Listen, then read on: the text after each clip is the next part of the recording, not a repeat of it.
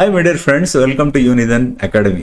இன்னைக்கு நாம பார்க்க போறது ஹெல்த் இன்சூரன்ஸுங்க. இந்த ஹெல்த் இன்சூரன்ஸ்ல ரெண்டு விதமான கஸ்டமர் எக்ஸ்பெக்டேஷனை நான் பார்க்க முடியுது. என்ன கஸ்டமர் எக்ஸ்பெக்டேஷன்? ஒன்று வந்து இளைய தலைமுறை, ஒரு 30-40 வயசுக்கு உள்ள இருக்கிறவங்க என்ன நினைக்கிறாங்க, எனக்கு ஒண்ணுமே கிடையாது, இப்போ ஹெல்த் இன்சூரன்ஸ் எதுக்கு அப்படின்னு நினைக்கிறாங்க.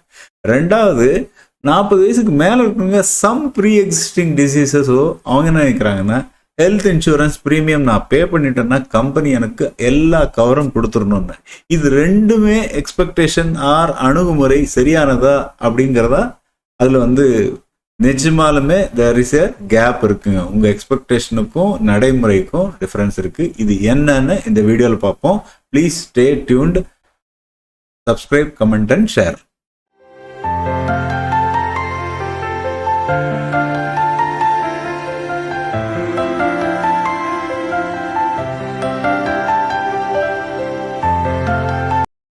வணக்கம் நண்பர்களே. நம்ம வந்து இந்த வீடியோக்கு போகிறதுக்கு முன்னாடி யூனிதன் அகாடமியில் நம்ம வந்து மாதம் ஒரு ஆஃப்லைன் மீட்டும் நடத்துகிறாங்க. இதில் என்ன பார்த்தீங்கன்னா, பிப்ரவரி மாதம் நம்ம எஸ்டேட் பிளானிங் அப்படின்னு சொல்லிட்டு ஒரு சின்ன ஒரு ப்ரோக்ராம் பண்ணாங்க.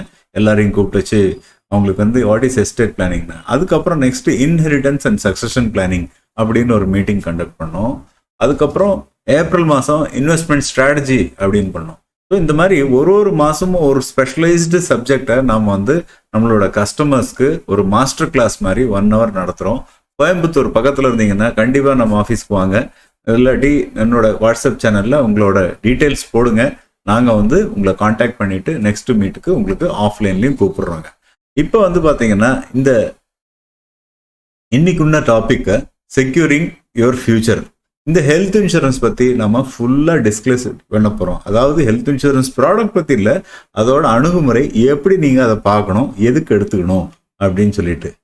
இப்போ ஒரு health insurance for India missing மிடில்னு 2021 ஒரு சர்வே ஒன்று நடத்துனாங்க. அதில் வந்து பார்த்தீங்கன்னா, இந்த டாப் 20% ஆஃப் பாப்புலேஷன் அப்படின்னு பார்த்தீங்கன்னா covered by private corporate and health insurance, high income insurance, அது மாதிரி வந்து கார்பரேட் இன்சூரன்ஸ் எடுத்துக்கிறாங்க.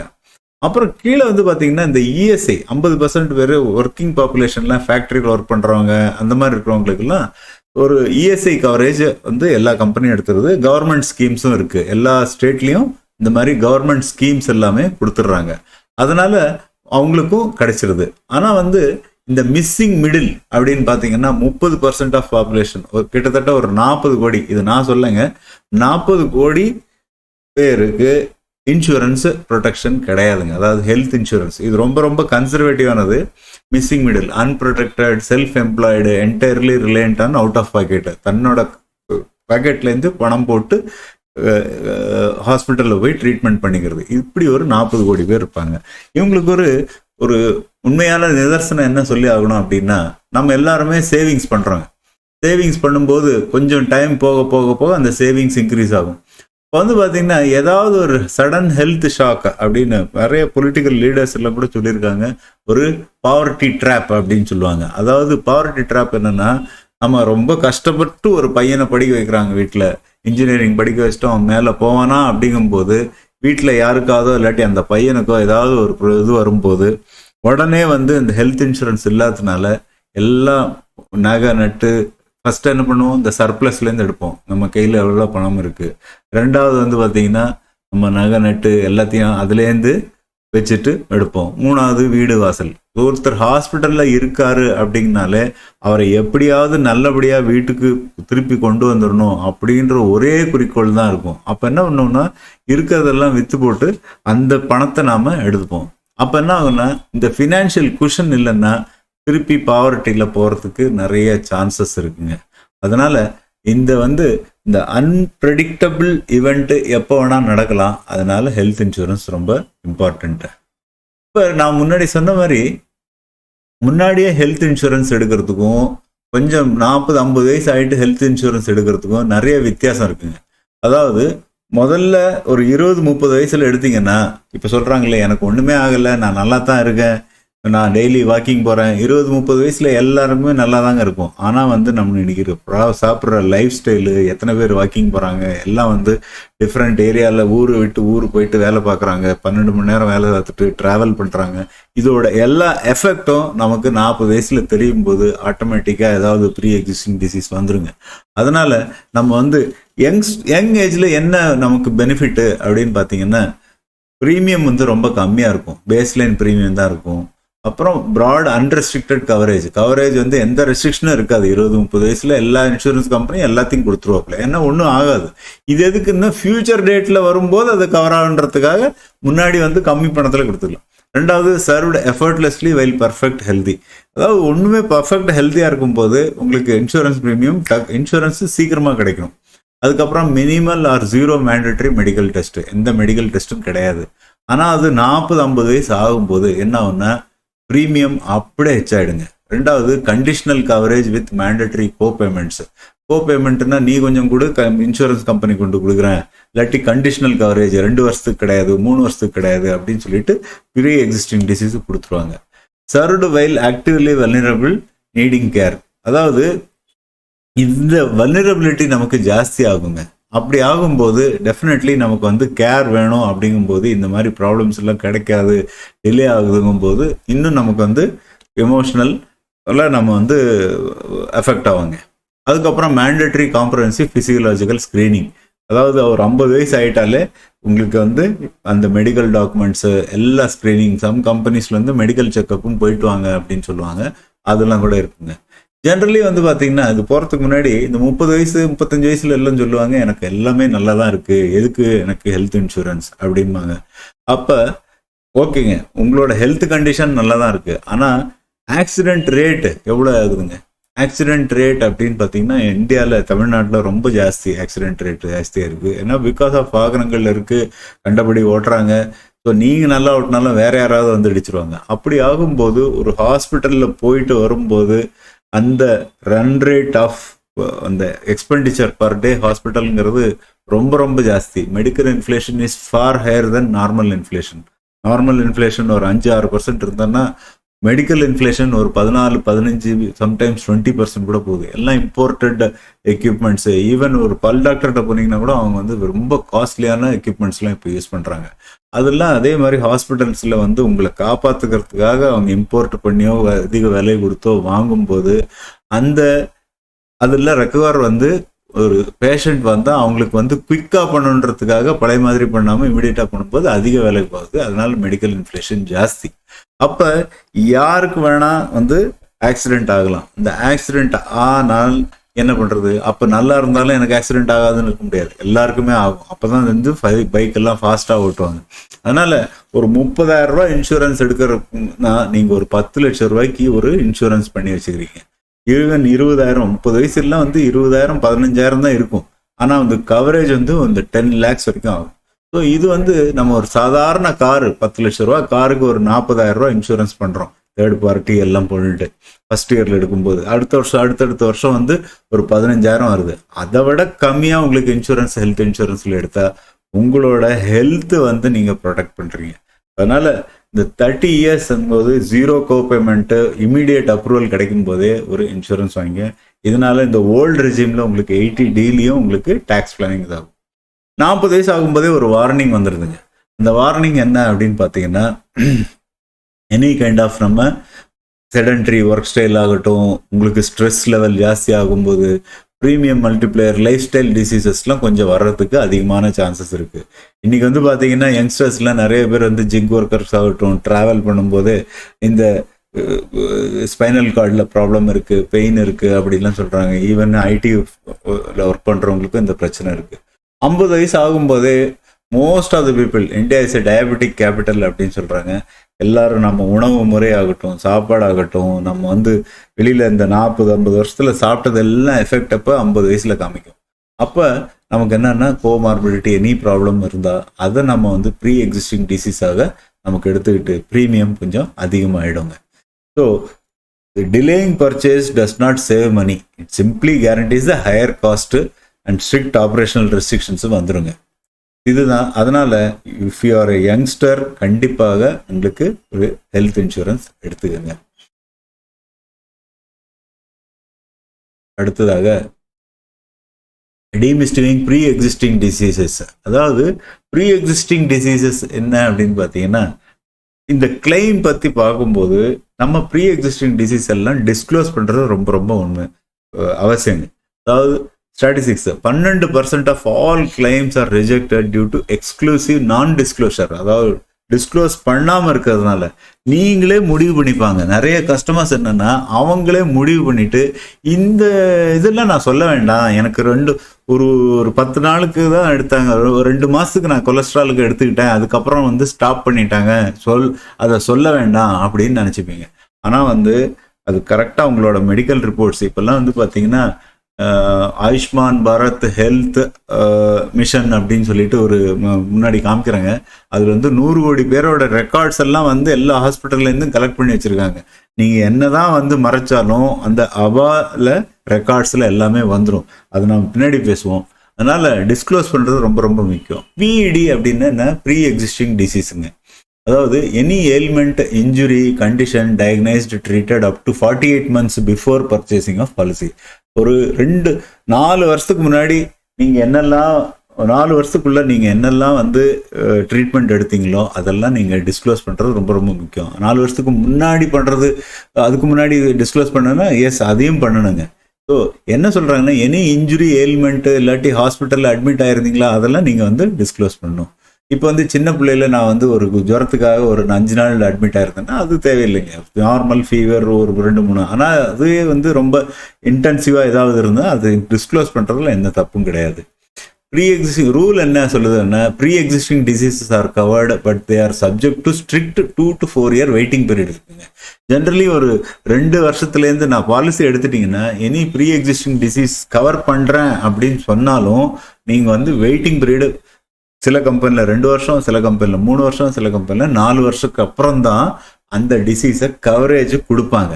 ஸோ அதனால நீங்கள் பாலிசி எடுத்த உடனே இருக்கிற டிசீசஸ்க்கெல்லாம் நான் ப்ரீமியம் கொடுத்துட்டேன், எனக்கு இதெல்லாம் கவரேஜ் கொடுக்கணும், இல்லை நான் ஒரு மாதத்துக்கு தான் மெடிசன் எடுத்தேன் அதுக்கெல்லாம் பிரச்சனை பண்ணுறாங்க அப்படின்னு சொல்லக்கூடாதுங்க.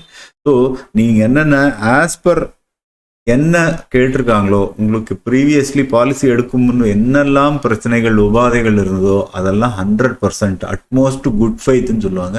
அதை நீங்கள் டிஸ்க்ளோஸ் பண்ணுறது ரொம்ப ரொம்ப. நான் டிஸ்க்ளோஸ் பண்ணலைன்னா என்ன சார் பண்ணுவீங்க?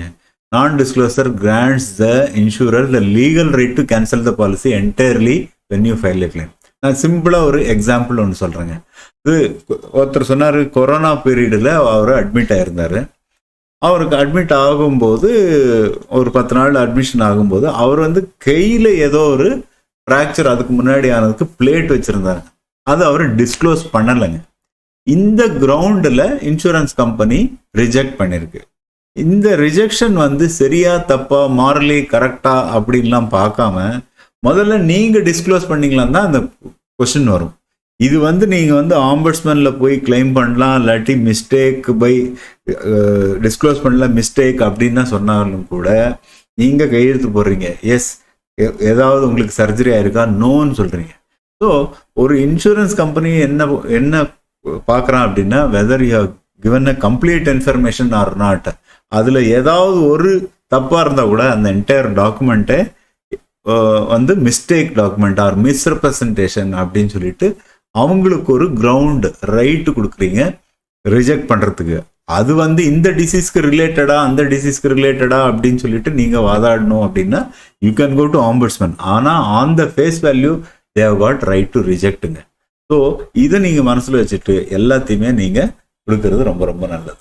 த கோல்டன் ரூல் ஆஃப் ரேடிக்கல் டிரான்ஸ்பரன்சின்னு Number 1, do not hide past surgery, chronic diseases, diabetes, hypertension, lifestyle habits, smoking, alcohol.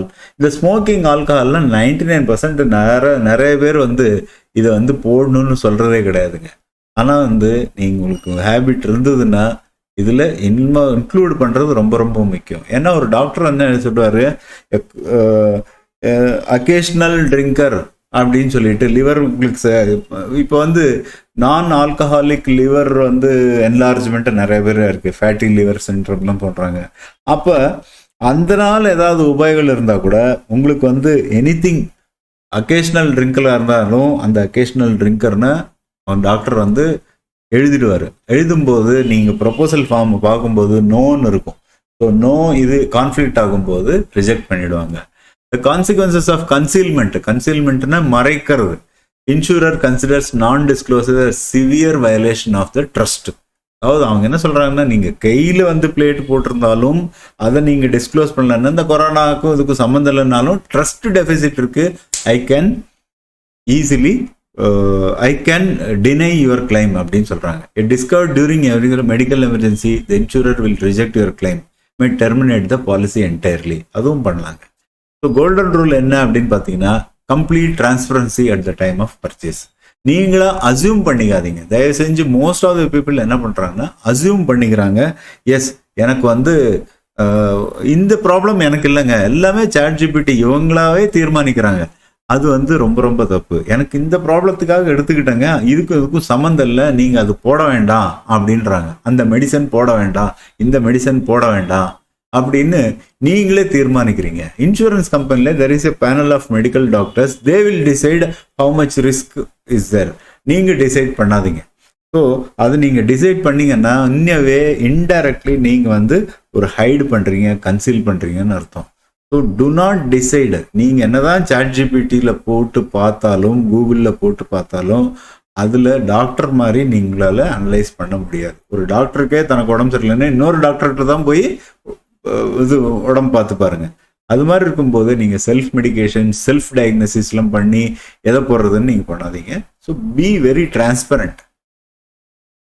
அடுத்ததாக ஒய் கிளைம்ஸ் ஃபெயில் அப்படின்னா, the 75% stem from limited understanding of policy terms and non-disclosure of pre-existing disease. அதாவது policy terms and கண்டிஷனை நீங்கள் நல்லபடியாக கேட்டு தெரிஞ்சுக்கணுங்க. இப்போ நிறைய பேர் வந்து இந்த ஆன்லைனில் போய் அவங்களே ரிசர்ச் பண்ணுறதுக்கு பார்க்குறாங்க. ஆன்லைனில் இருக்கிறது போய் ரிசர்ச் பண்ணி அண்டர்ஸ்டாண்ட் பண்ணி அதுக்கப்புறம் வந்து இன்சூரன்ஸ் கம்பெனி கேட்டு, ஏன்னா த்ரூ ஏஜென்ட் ஆர் இன்டர்மீடியரி போனால் கமிஷன் வந்து அவங்களுக்கு போயிடும், இல்லாட்டி எனக்கு கம்மியாக டிஸ்கவுண்ட் கிடைக்கும் அப்படின்னு ஒரு மாயையில் இருக்கலாம். கம்மியான ப்ரீமியம் கிடைக்கலாம். ஆனால் the kind of advice you are going to get through intermediary or advisor, life long support ஆன்லைனில் அது கிடைக்குமா அப்படின்னா நீங்களே யோசிச்சு பாருங்கள். ஆன்லைனில் போகிறது தப்புன்றதோட இது எது நமக்கு கிடைக்குது அப்படின்னு பார்த்துக்கோங்க. ஸோ உங்களுக்கு ஒரு ட்ரஸ்ட் ஃபேக்டர் எது நல்லது. ஏன்னா 10 கஸ்டமர் ஒரு இன்டர்மீடியரி பார்க்கும்போது ஒரு தெளிவான பார்வையில் அந்த இன்டர்மீடியரி இருப்பாருங்க, ஏஜென்ட்டு இருப்பார். ஆனால் நாமளே வந்து பார்க்கும்போது, நான் ஒரு ஐடி இன்ஜினியராக இருக்கலாம், நான் ஒரு லாயராக இருக்கலாம், ஆர் எனிபடி, எல்லாத்தையுமே ஒரு இன்டர்பிரிட்டேஷன், செல்ஃப் இன்டர்பிரிட்டேஷன் செய்யாதீங்க.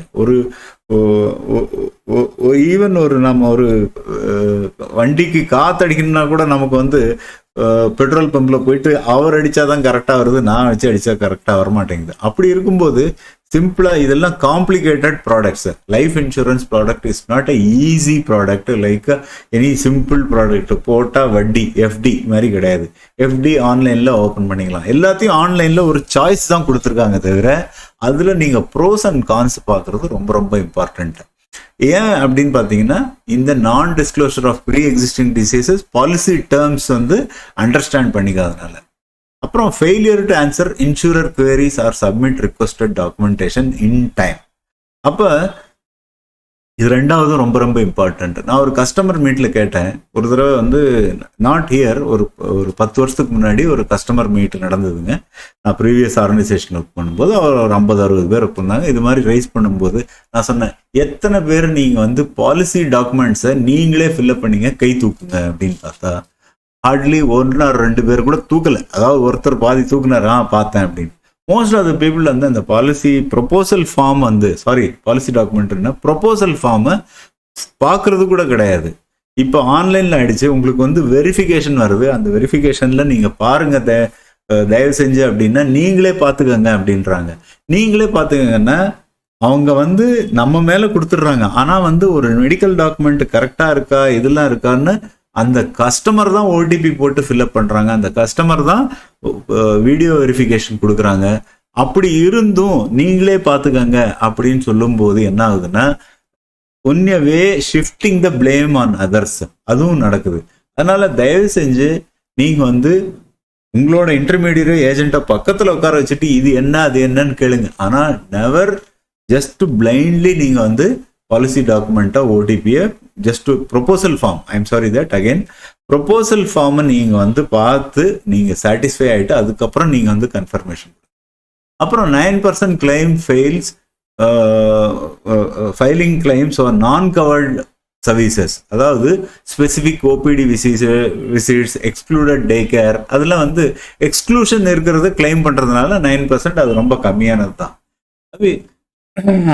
அப்புறம் இந்த diagnostic insight, most rejections are not malicious denials, they are entirely preventable administrative communication.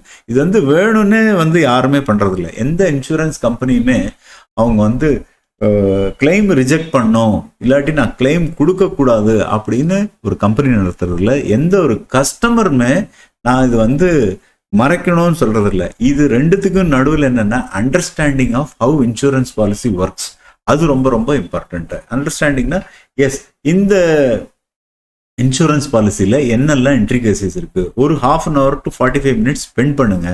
உங்களோட நியர் அண்ட் டியர் நாமினி அவங்களையும் பக்கத்தில் உட்கார வச்சுட்டு ஒரு வீடியோ காலோ இல்லாட்டி ஒரு 1-to-1 செஷனோ நீங்க பார்த்தீங்கன்னா மோஸ்ட் ஆஃப் த டவுட்ஸ், ஏன்னா எனக்கு உடம்பு சரியில்லைன்னா நான் என்னதான் தெரிஞ்சுட்டாலும் என்னோட வீட்டில் தான் அவங்க வந்து பார்ப்பாங்க, அவங்களோட நாமினி தான் பார்ப்பாங்க, நாம இருக்க மாட்டோம்.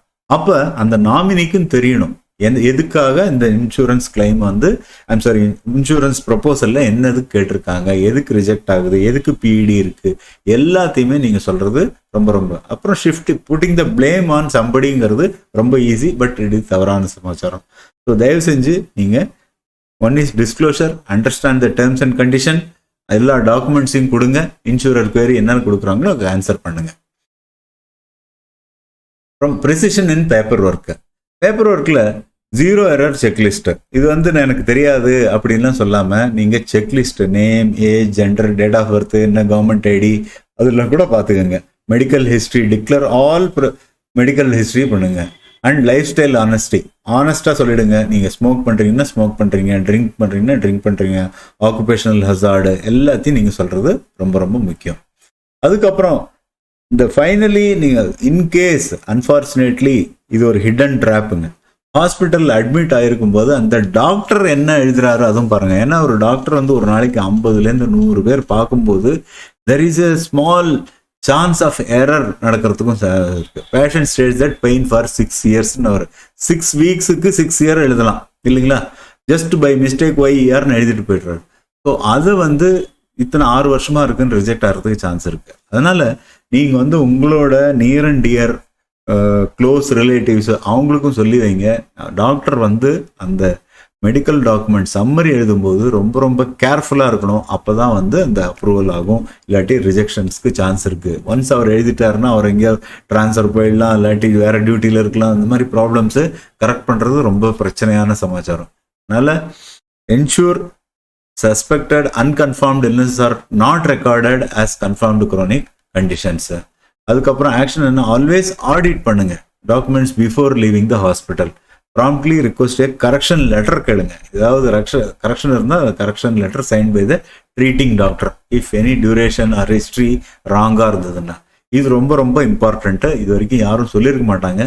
நிறைய இடத்துல நடக்க வாய்ப்புகள் இருக்குது. யாரையும் பிளேம் பண்ணல, இது ஒரு ஹியூமன் எரர் கூட ஆகலாம். ஸோ 6 weeksங்கும் போது நாம் எழுதும்போது 16 week ஆகிடலாம், இல்லாட்டி ஏதாவது ஒரு தப்பு ஆகிடலாம். ஸோ இயர்ஸ் ஆகிடலாம், 1 weekக்கு 1 year ஆகிடலாம். ஸோ இது வந்து ரொம்ப ரொம்ப இம்பார்ட்டண்ட்டாக நீங்கள் இதையும் பார்த்துக்கங்க. பில்ட் யுவர் மெடிக்கல் எவிடன்ஸ் எப்படின்னு பார்த்தீங்கன்னா, நீங்கள் வந்து எல்லா மெடிக்கல் டாக்குமெண்ட்ஸ் எல்லாமே வந்து ஒரு 40 years 30 years ஆயிடுச்சுனாலே டாக்குமெண்ட்ஸ் எல்லாமே நீங்கள் வந்து ஒரு ஃபைலில் போட்டு வச்சுக்கோங்க. இப்போல்லாம் க்ளவுட்லேயும் வந்துருச்சு, க்ளவுட்லேயும் போட்டு வச்சுக்கலாம் நீங்கள். So past prescriptions and doctor consultation, diagnostic report, discharge summary இதெல்லாம் நீங்கள் வச்சுக்கலாம். மெயின்டைன் போத் ஃபிசிக்கல் டாசியராகவும் வச்சுக்கலாம் and secure digital backup in your entire medical history to counter incorrect claims. இது ஒரு நீங்கள் வந்து க்ளவுட்லேயோ இமெயிலையோ அது மாதிரி வச்சுக்கிட்டா ஈஸியாக இருக்கும். உங்களுக்கு நியர் அண்ட் டியருக்கு சொல்லிடுங்க. Okay, understand the understanding the clauses of your policy அப்படின்னா நீங்கள் இது அண்டர்ஸ்டாண்ட் பண்ணிக்கணும், எப்படி பாலிசி வந்து உங்களுக்கு கிடைக்கும். இப்போ இனிஷியல் வெயிட்டிங் பீரியட் என்ன, பாலிசி எடுத்த உடனே no claims accepted for illness, only accidental injury தான் மறுநாளே எடுத்துக்கலாங்க. பாலிசி இஷ்யூ பண்ண நெக்ஸ்ட் டேவே நீங்கள் வந்து இதை எடுத்துக்கலாம். ஆனால் நோ கிளைம்ஸ் அக்செப்டட் இல்னஸ்க்காக 30 நாளைக்கு உங்களுக்கு எதுவும் பண்ண முடியாது. 30 நாளைக்கு அப்புறம் இனி இல்னஸ்க்கு நீங்கள் அட்மிட் ஆகலாம். ஸ்பெசிஃபிக் ப்ரொசீஜர் வெயிட்டிங் பீரியடு இப்போல்லாம் பார்த்தீங்கன்னா ஒரு 2 வருஷம் ஜென்ரலி வந்து ஒரு 24 வகையான டிசீசஸ் ஆர் கண்டிஷன்ஸ்க்கு 2 இயர்ஸ் வெயிட்டிங் பீரியட் இருக்குது. இது ப்ரீ எக்ஸிஸ்டிங் கிடையாதுங்க. இது வந்து ஸ்பெசிஃபிக் என்ன அப்படின்னு பார்த்தீங்கன்னா கேட்ராக்ட்ஸ், நீ ரீப்ளேஸ்மெண்ட், ஹெர்னியா, அதுக்கப்புறம் tonsils kind of a thing. இது மாதிரி வந்து தோஸ் திங்ஸ் என்றால் பிளான்டாக நம்ம கூட கொஞ்சம் தள்ளி போடலாம். அந்த மாதிரி தள்ளி போடுறத 2 வருஷம் வந்து ஸ்பெசிஃபிக் வெயிட்டிங் பீரியட்னு பேர். 15% of all claims are rejected simply because they are filed while waiting period is still active. அதாவது நமக்கு இந்த ஸ்பெசிஃபிக் பீரியட் ஹெர்னியா வந்து 1.5 வருஷம் ஆகிட்டு அப்போ போயிட்டு கிளைம் பண்ணுறது கண்டிப்பாக அது கிளைம் கிடைக்கல. அச்சோ கிளைம் கிடைக்கல அப்படின்னு சொல்லிட்டு they are creating some kind of இது ஒரு ரிசென்ட்மெண்ட் இருக்கணும். என்னங்க 1 வருஷம் 18 மாதம் ஆயிடுச்சு நான் எடுத்து இப்பயும் ஹெர்னியாவுக்கு பண்ண மாட்டீங்களா அப்படின்னு சொல்லுவாங்க. அவங்க முன்னாடியே பாலிசி டைமில் கொடுத்துட்டாங்க. இது ஒரு கம்பெனி இல்லை, யூனிவர்ஸ்லி எல்லா கம்பெனிலையும், எல்லா இன்சூரன்ஸ் கம்பெனி, கவர்மெண்ட், ப்ரைவேட் எல்லா இடத்துலையும் இந்த waiting specific procedure waiting period இருக்குது. இதை அண்டர்ஸ்டாண்ட் பண்ணிக்கங்க. 24 டிசீசஸ் இருக்கும், அது லிஸ்ட்டு நீங்கள் எடுத்து பாருங்கள். கஸ்டமர் இன்ஃபர்மேஷன் ஷீட்லாம் இப்போல்லாம் வருது, அது நீங்கள் பார்த்துக்க ரொம்ப ஈஸியாக இருக்கும். ப்ரீ எக்ஸிஸ்டிங் டிசீஸ் பீரியடு இது வந்து இந்த 2த்துக்கும் அல்லாத எனக்கு ஆல்ரெடி கண்டிஷன் கொலஸ்ட்ரால் இருக்குது அப்படின்னா அந்த இது cholesterol is a pre existing disease. அந்த ப்ரீ எக்ஸிஸ்டிங் டிசீஸ்க்கு 2 இயர்ஸ்க்கு அப்புறம் ஆர் 3 இயர்ஸ்க்கு அப்புறம் தான் அந்த கவர் இன்சூரன்ஸ் கம்பெனி கொடுக்கும். அதுக்கு முன்னாடியே நாம் போய் அதனால் ஏதாவது உபாதைகள் இருந்தால் கொடுக்காது. So that is called pre existing disease. அதே மாதிரி டயபெட்டிஸ் இப்போல்லாம் ஜென்ரலி சொல்கிறாங்க ABCD, அதாவது ஆஸ்துமா, பிபி, சிக்கு கொலஸ்ட்ரால், டி ஃபார் டயபெட்டிஸ். இதெல்லாம் வந்து ப்ரீ எக்ஸிஸ்டிங் டிசீஸ்லாம் 31st டே கவரும் கொடுக்குறாங்க as an add on. But generally பிஇடிக்கு எத்தனை வருஷம், 2 இயர்ஸ் ஆர் 3 இயர்ஸ் இருக்குது. Some companies 3 years, some companies 2 years. ரொம்ப ரொம்ப ரொம்ப இம்பார்ட்டண்ட்டு. நீங்கள் வந்து ஒரு ஃபால்ஸ் ஹோப் வச்சுட்டு நீங்கள் ஹாஸ்பிட்டலில் போய் இன்சூரன்ஸ் வாங்கிட்டு நான் தான் ப்ரீமியம் பே பண்ணியிருக்கேனே அப்படின்னா, இன்சூரன்ஸ் கம்பெனி என்ன பார்க்கும் அப்படின்னா இந்த ப்ரொபோசலை நான் அக்செப்ட் பண்ணால் எவ்வளோ ப்ரீமியம், எவ்வளோ கிளைம் நான் கொடுக்க வேண்டி வரும் அப்படின்னு தான் பார்ப்பாங்க. சப்போஸ் உங்கள்கிட்டேருந்து ஒரு 25,000 ரூபா வந்து ப்ரீமியம் வாங்கிக்கிறாங்கன்னா இந்த 25,000 ப்ரீமியம் வாங்கிட்டு இவருக்கு கிளைம் வந்து எப்போ நான் கொடுக்க வேண்டி வரும், அதுதாங்க அண்டர் ரைட்டிங்னு இங்கிலீஷில் பேர். அந்த அண்டர் ரைட்டிங் என்னன்னா எந்த கம்பெனியுமே கல்லால் கஜானா ஒரு 100 கோடி வச்சுட்டு வர்றவங்களுக்கெல்லாம் 25,000 வாங்கிட்டு இந்தாங்க கொடுங்க அப்படின்னு கொடுக்காது. அவங்க ஒரு அண்டர் ரைட்டிங்கில் ஒரு ஸ்டாட்டிஸ்டிக்ஸ் வச்சுருப்பாங்க. அந்த ஸ்டாட்டிஸ்டிக்ஸில் இத்தனை பேர், ஏதாவது இன்சூரன்ஸ்னா நடக்கும் நடக்காது அப்படின்னு இருந்தால் தான் இன்சூரன்ஸ் கொடுக்க முடியும். கண்டிப்பாக இவருக்கு கிளைம் வரும் அப்படின்னு சொன்னால் கண்டிப்பாக கொடுக்க முடியாது. ஏன்னா அவங்க பேலன்ஸ் ஷீட்டில் ஃபிட் ஆகாது, அந்த கம்பெனி லாபகரமாக இருக்காது, போண்டி தான் ஆகும்.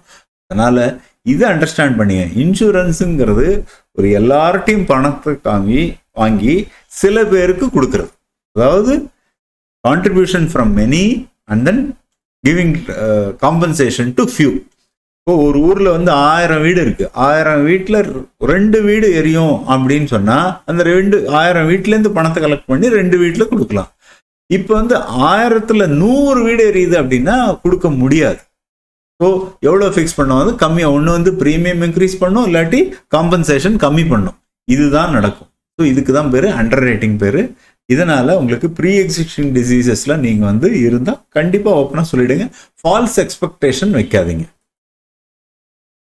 So what is truly covered என்னன்னா, கவர்டு ஆஸ் அ ஸ்டாண்டர்ட்னா இன்பேஷண்ட் ஹாஸ்பிட்டலைசேஷன் மினிமம் 24 மணி நேரம் நீங்கள் ஹாஸ்பிட்டலில் அட்மிட் ஆகி இருந்தால் கிடைக்குங்க. சும்மா போயிட்டு ஒரு நாம் 10 பரோட்டா சாப்பிட்டுட்டு நமக்கு வந்து வயிறு ஃபுல்லாக இருக்குது அப்படி போய் ஹாஸ்பிட்டலில் படுத்துட்டு சாயங்காலம் வரலான்னா கண்டிப்பாக கிடைக்காது. ஸோ நிஜமாலுமே ஜென்யூனாகவே ரீசனபிளாக இருக்கணும். அதுக்கு தான் நமக்கு வந்து இந்த 24 hours admission is very very important.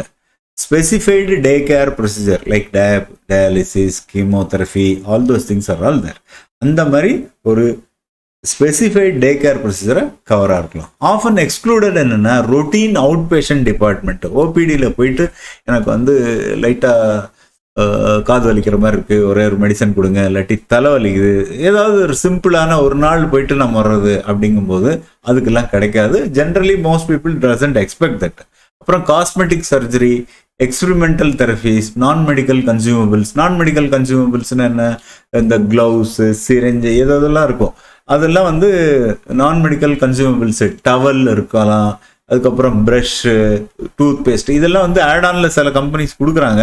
But இதெல்லாம் வந்து கவர் இருக்காதுங்க. ஈவன் ஃபுட்டு கூட கவர் கொடுக்கறது இல்லை மோஸ்ட் ஆஃப் த கம்பெனிஸ். அதெல்லாம் வெளியில தான் வாங்கி அந்த இதுக்கு நம்ம தான் கொடுத்தாகணும்.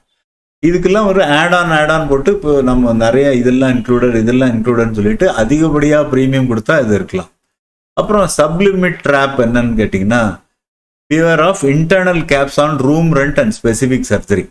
இப்போ cataract example limits capped at 35,000. இப்போ கேட்ராக்டுக்கு நீங்கள் வந்து 35,000 பண்ணிக்கலாம், 17,000 பண்ணிக்கலாம், 2,00,000 பண்ணிக்கலாம், டிபெண்ட் அப்பான் த லென்ஸு. நான் போய் ஒரு பயங்கரமான இம்போர்ட்டட் லென்ஸ் போட்டுட்டேன் அப்படின்னு சொல்லிட்டு ஒரு பெரிய 1,00,000 ரூபா செலவு பண்ணிட்டு எனக்கு கேட்ராக்ட், நிறைய கம்ப்ளைண்ட் இந்த கேட்ராக்டுக்கு வரும். என்னங்க அவ்வளோ போயிட்டேன், அவ்வளோ செலவு பண்ணிட்டேன், இவ்வளோ தான் கிடைக்குது அப்படின்னு சொல்லிட்டு. ஸோ கண்டிப்பாக அது கிடைக்காதுங்க. ஏன்னா இதெல்லாம் வந்து பார்த்தீங்கன்னா ஒரு கேப், ரீசனபிள் ரெஸ்ட்ரிக்ஷன்ஸ் அப்படின்னு இருக்கும், ரீசனபிள் எக்ஸ்க்ளூஷன். நம்ம வந்து இப்போ டைட்டானியமும் போட்டுக்கலாம், அலுமினியம் போட்டுக்கலாம், kind of a thing. Plates எல்லாம் உள்ள போடுறது. I am not a medical specialist. நிறைய இடத்துல வந்து பார்த்தீங்கன்னா ஒரு ப்ரீமியமான ஒரு தெரப்பி பண்ணும்போது டெஃபினெட்லி அது கவர் ஆகாதுங்க. நம்ம வந்து ஒரு பேசிக்கான இன்சூரன்ஸு கவர் நமக்கு வந்து செலவுக்கு அது நம்ம கிடைச்சிரும். ஆனால் வந்து நம்ம ஒரு ப்ரீமியமாக போகும்போது அது கிடைக்காது. So exceeding these limit forces you to pay the difference out of pocket. கண்டிப்பாக இந்த கேட்ராக்டுக்கெல்லாம் நீங்கள் வந்து ஓவர் எக்ஸ்பெக்டேஷன் வச்சுட்டு போகக்கூடாது. எவ்வளோ ஆக்சுவலாக ஆகுதோ, ஏன்னா because of the quality of the intraocular lens அப்படிம்பாங்க, அது வந்து எவ்வளோ வேணால் ரேட் இருக்கலாம். ஸோ அப்படி ஃபிக்ஸ் பண்ணும்போது அதோட ரேட் வந்து இவங்க வந்து ஒரு கேப் வச்சுருப்பாங்க, அதுக்கு தான் நமக்கு கிடைக்கும். அப்புறம் எஸ்கலேஷன் ப்ரோட்டோகால் உங்களுக்கு தெரிஞ்சு வருவது ரொம்ப ரொம்ப நல்லது. என்ன அப்படின்னு பார்த்தீங்கன்னா, டிமாண்ட் த ப்ரிசைஸ் ரீசன். சப்போஸ் உங்களுக்கு ரிஜெக்ஷன் ஆச்சு அப்படின்னா என்ன ரீசனால ரிஜெக்ஷன் ஆச்சு, review it against your terms. யாராவது நீங்கள் வந்து உடம்புலாம் சரியான அப்புறம் அது நீங்கள் பாருங்கள், உங்களோட பாலிசி டேர்ம்ஸ் அண்ட் கண்டிஷனும் ரிஜெக்ஷன் ரீசனும் கரெக்டாக இருக்கான்னு பாருங்கள். அப்புறம் ரெக்டிஃபை பண்ணுங்கள். ரெக்டிஃபைன்னு obtain official correction letters from the hospital. ஏதாவது நீங்கள் ரெக்டிஃபை பண்ண முடியுமா, ஹாஸ்பிட்டல்லேருந்து உங்களுக்கு ரெக்டிஃபிகேஷன் கிடைக்குதா, submit missing paperwork immediately. So ஹாஸ்பிட்டலில் நீங்கள் வந்து பில்ஸ் ரைஸ் பண்ணும்போது ரொம்ப ரொம்ப கேர்ஃபுல்லாக நீங்கள் கோத்ரூ பண்ணுங்கள். சமீபத்தில் ஒரு இதில் இப்போ ட்விட்டரில் இந்த எக்ஸல் தளத்தில் பார்த்தோம். அதில் என்ன சொல்லியிருக்காங்கன்னா, ஒரு ஹாஸ்பிட்டலில் எக்ஸாபிட்டன்ட் சார்ஜஸ் பண்ணியிருக்காங்க. அது வந்து ஏஐயில் போட்டு ஒரு பையன் செக் பண்ணும்போது சம் அமௌண்ட் ரெடியூஸ் பண்ணிக்கலாம், அப்படி ரிப்பீட்டடாக இருக்குது, 2-3 தடவை சேர்ந்து அதே ஒரே சார்ஜஸை போட்டிருக்காங்க அப்படின்னு சொல்லியிருக்காங்க. அது மாதிரி வந்து இன்டென்ஷனல் நான் intentional error May R may not happen. அதை நீங்கள் வந்து தெரிந்தோ தெரியாமலோ இருந்தாலும் நீங்கள் 2 தடவை செக் பண்ணிவிட்டு அதுக்கப்புறம் நீங்கள் வந்து கிளைம் சப்மிஷன் பண்ணுங்கள். இன்டர்னல் கிரிவன்ஸு முதல்ல வந்து அந்த கம்பெனிக்குள்ளே கிரிவன்ஸ் லெட்டர்ஸ் எல்லாம் நீங்கள் பாருங்கள். இல்லை அப்படின்னு சொல்லும்போது ஒரு கிரிவன்ஸை வந்து அந்த கம்பெனி உங்களுக்கு தகுந்த மாதிரி கிரிவன்ஸ் கொடுக்கலன்னா தென் நீங்கள் ஆம்புட்ஸ்மனுக்கு போகலாம். ஆம்புட்ஸ்மன்னா ஒரு அந்த இன்சூரர் துறையை சார்ந்த ஒரு குறை தீர்க்கும் அதிகாரி. இது மாதிரி பேங்கிங் ஆம்புட்ஸ்மன் இருக்காங்க, டெலிகாம் ஆம்புட்ஸ்மன் இருக்காங்க, இது மாதிரி இன்சூரன்ஸ் ஆம்புட்ஸ்மன் இருக்காங்க. இவங்க வந்து இமீடியட்டாக பார்த்து உங்களுக்கு அவார்டு பண்ணுவாங்க. அவங்கள்ட்டையும் உங்களுக்கு இல்லையா, நீங்கள் கன்சியூமர் கோர்ட்டுக்கு போகலாம். இது வந்து இண்டிபெண்ட் பைண்டிங் செட்டில்மெண்ட்டாக இருக்கும். அதுக்கும் மேலேன்னா நீங்கள் ஹைகோர்ட்டு, சுப்ரீம் கோர்ட்டுக்கெலாம் கூட போய்க்கலாம். ஆனால் வந்து இது ஒரு எஸ்கலேஷன் ப்ரோட்டோகால். ஃபஸ்ட்டு கம்பெனிகிட்ட நீங்கள் வந்து அனலைஸ் பண்ணுங்கள். ஹாஸ்பிட்டல்லேருந்து கரெக்ஷன் வேணும்னா கரெக்ஷன் பண்ணிவிட்டு திருப்பி ரீசப்மிட் பண்ணுங்கள். மோஸ்ட் ஆஃப் த கம்பெனிஸ் வந்து ரீசனபிளாக இருந்தால் எல்லா கம்பெனியும் அட்மிட் பண்ணுவாங்க. இந்த மாதிரி வந்து பியாண்ட் எக்ஸ்பெக்டேஷன், ஃபால்ஸ் எக்ஸ்பெக்டேஷன் வச்சுருந்தா நிஜமாலுமே ப்ராப்ளம் வரதுக்கு சான்சஸ் இருக்குது. அப்புறம் secure your health, protect your wealth. முதல்ல நான் என்ன சொல்கிறேனோ, இந்த ஸ்டார்ட் ஏர்லி. இப்போ நான் நல்லா இருக்கேன், நல்ல உடல்நிலையோடு இருக்கேன்னா அந்த டைம் தான் நீங்கள் ஹெல்த் இன்சூரன்ஸ் எடுத்துக்கணுங்க. ஏன்னா ஒரு ஆக்சிடென்ட்டு யாருக்கு வேணால் நடக்கலாம். இந்த ஆக்சிடென்ட்டை தவிர்க்க முடியாது. ஸோ யங்ஸ்டருக்கு எஸ்பெஷலி நான் சொல்கிறேன், when you are young please take insurance, health insurance. அது உங்களை ப்ரொடெக்ட் பண்ணும். ஏன்னா உங்களை சார்ந்து ரொம்ப பேர் இருக்காங்க. அப்படி இருக்கும்போது ஒரு யங்ஸ்டருக்கு பணத்தால் அந்த ஹெல்த் வந்து பாதிக்கப்பட்டா வாழ்நாள் லைஃப் வந்து ரொம்ப ஜாஸ்தி. ஒரு 25 வயசு பையனுக்கு ஆக்சிடென்ட்டால ஏதாவது நமக்கு வந்து பண்ண முடியல அப்படிங்கும்போது அவர் இன்னொரு 75 வயசு அவருக்கு வந்து வாழ்நாள் இருக்கு. அப்படி இருக்கும்போது மிக அதிக காலம் அவர் ஊனமுற்றோ இல்லாட்டி சரியான ட்ரீட்மெண்ட் கிடைக்கலன்னா சஃபர் ஆகிறதோட ஒரு 25,000, ஒரு 20,000, 10,000, 15,000, ஒரு 25 வயசு பையனுக்கு வெறும் 9,000, 10,000 தான். 25 வயசு பையன் சொல்லல, யங்ஸ்டருக்கு ஒரு 10,000த்துல 10 லட்ச ரூபா ப்ரீமியம் கிடைக்குங்க. அப்போ 10 லட்ச ரூபா இன்சூரன்ஸ் கிடைக்கும். சாரி, 10,000 ப்ரீமியம்ல 10 லட்ச ரூபா ப்ரீமியம் கிடைக்கும். நிறைய வளர்றேன். ஸோ இது வந்து நம்ம ஏதாவது காட் ஃபர்பிட் ஏதாவது நடந்தா ஒரு லைஃப் டைமுக்கு நம்ம அந்த ஊனமோ இல்லாட்டி சரியான ட்ரீட்மெண்ட் கிடைக்காதனால ப்ராப்ளத்தை அவாய்ட் பண்ண முடியும். And be radically transparent, disclose everything to guaranteed. எல்லாத்தையும் நீங்கள் வந்து என்னென்னா ரிஸ்க் டிரான்ஸ்ஃபர்னு சொல்லுவாங்க டெக்னிக்கலி. நமக்கு இருக்கிற ரிஸ்க்கை இன்சூரன்ஸ் கம்பெனிக்கு நம்ம டிரான்ஸ்ஃபர் பண்ணுறோம். இதெல்லாம் தான் எனக்கு ரிஸ்க்கு. இந்த ரிஸ்க்கை நான் உனக்கு கொடுக்குறேன், எனக்கு ஏதாவது ஆனால் நீ எனக்கு கொடு. ஐ ரிப்பீட், நீங்க டிஸ்க்ளோஸ் பண்ணும்போது என்ன ஆகுதுன்னா you are transferring the risk to the company. Insurance company protects. அதுக்கு ஒரு சின்ன ப்ரீமியம் எடுத்துக்கிறான். இதுதாங்க இன்சூரன்ஸ். Audit with precision. நீங்க ஹாஸ்பிட்டல்ல போகும்போது வீட்டில் சொல்லுங்க, இல்லாட்டி யாருக்கு தெரிஞ்சிருக்கோ அவங்கள்ட்ட உட்காந்துட்டு கரெக்டான பேப்பர் ஒர்க் நடக்குதான்னு பாருங்க. And then never surrender. Use the escalation protocol. உங்களுக்கு தோணுச்சுன்னா எஸ் எனக்கு வந்து சரியான கிளைம் எனக்கு கிடைக்கல அப்படின்னா நீங்கள் வந்து அதை நீங்கள் ஏற்றுக்கணுன்ற எந்த அவசியமும் கிடையாது. கவர்மெண்ட் வந்து சரியான வழிமுறையை கொடுத்துருக்காங்க, IRDA. எப்படின்னு பார்த்தீங்கன்னா ஃபஸ்ட்டு வந்து நீங்கள் இன்சூரன்ஸ் கம்பெனி நீங்கள் அனலைஸ் பண்ணுங்கள். ரெண்டாவது இந்த இன்சூரன்ஸ் கம்பெனிக்கே குறைய சொல்லுங்கள். உங்களோட குறைய அவங்க தீர்த்து வைக்கல அப்படிங்கும்போது நெக்ஸ்ட் ஸ்டெப் நீங்கள் ஆம்புட்ஸ்மனுக்கு போகலாம், கன்சியூமர் கோர்ட்டுக்கு போகலாம். ஸோ இந்த மாதிரி ஒரு ஒரு கரெக்டான ஒரு எஸ்கலேஷன் ப்ரோட்டோகால் இருக்குது. இதெல்லாம் சொல்கிறதுக்கு உங்களுக்கு ஒரு ஒரு இன்டர்மீடியரி தேவை. நீங்கள் ஆன்லைனில் நீங்கள் பார்த்துக்கிட்டிங்கன்னா இது ஒரு மியூச்சுவல் ஃபண்டோ இல்லாட்டி வேற ஒரு FD ஓப்பன் பண்ணுற மாதிரியோ கிடையாதுங்க. மியூச்சுவல் ஃபண்டில் கூட ரொம்பவே டெக்னிக்கல் அதுங்க. ஒரு சிம்பிளான ஒரு நீங்கள் வந்து ஒரு மொபைல் ஃபோன் வாங்குற மாதிரி இன்சூரன்ஸ் நீங்கள் வாங்காதீங்க. அதனால உங்களுக்கு தான் நஷ்டம் அதிகமாக இருக்கும். நீங்கள் எல்லாமே பர்ஃபெக்டாக இருந்தீங்க, எல்லாமே உங்களுக்கு தெரியும் அப்படின்னா நீங்கள் இன்சூரன்ஸு நீங்கள் ஆன்லைன் கூட எடுத்துக்கலாம். ஆனால் என்னோட best advice, you can come through us intermediary to take control of your financial security. Let யூனிதன் அகாடமி, நாங்கள் இதனால தான் வந்து யூனிதன் அகாடமியில் கஸ்டமர் எஜுகேஷனை நாங்கள் கொடுத்துக்கிட்டு வரோம். ஸோ மை டியர் ஃப்ரெண்ட்ஸ், இந்த வீடியோ உங்களுக்கு பிடிச்சிருந்தா சப்ஸ்கிரைப் பண்ணுங்கள், கமெண்ட் பண்ணுங்கள், ஷேர் பண்ணுங்கள். தேங்க்யூ. Bye by.